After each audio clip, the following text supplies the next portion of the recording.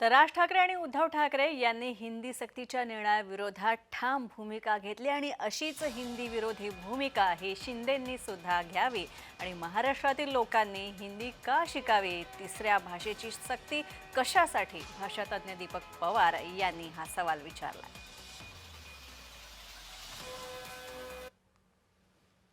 राज ठाकरे आणि उद्धव ठाकरे आजच्या कार्यक्रमामध्ये एकत्र आल्यानंतर जर तिसऱ्या भाषेच्या सक्तीच्या विरोधामध्ये बोलत असतील आणि तिसऱ्या भाषेची सक्ती कशाबद्दल बोलतात आपले लोक, याचं कारण देशाच्या इतर राज्यांमध्ये जर 6वी नंतर हिंदी सक्तीची असेल आणि उत्तर भारतातल्या गायपट्ट्यामध्ये जर लोक तिसरी भाषा शिकतच नसतील तर महाराष्ट्रातल्या लोकांनी हिंदी का शिकायला पाहिजे? महाराष्ट्रामध्ये काही चालत असेल तर मराठीच पहिल्यांदा चालली पाहिजे।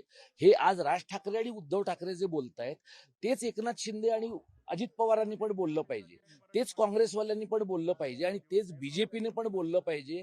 त्यांचा RSSचा अजेंडा काही असो, जे 7 जुलैचं आंदोलन आम्ही लोकांना सांगतोय, धरणं आंदोलन, ज्यात महाराष्ट्रातल्या सगळ्या राजकीय पक्षांना आम्ही आझाद मैदानात आमंत्रित केलं। आमचं म्हणणं आहे की आजचा विजय साजरा करा, हा अंशतः विजय आहे। पूर्ण विजय कधी मिळेल? जेव्हा सरकारला तिसऱ्या भाषेची सक्ती करण्याची हिंमत होणार नाही, इथपर्यंत टोकाचं आंदोलन मराठी समाज करेल, तेव्हाच या सरकारला थोडंफार शहाणपण येण्याची शक्यता आहे।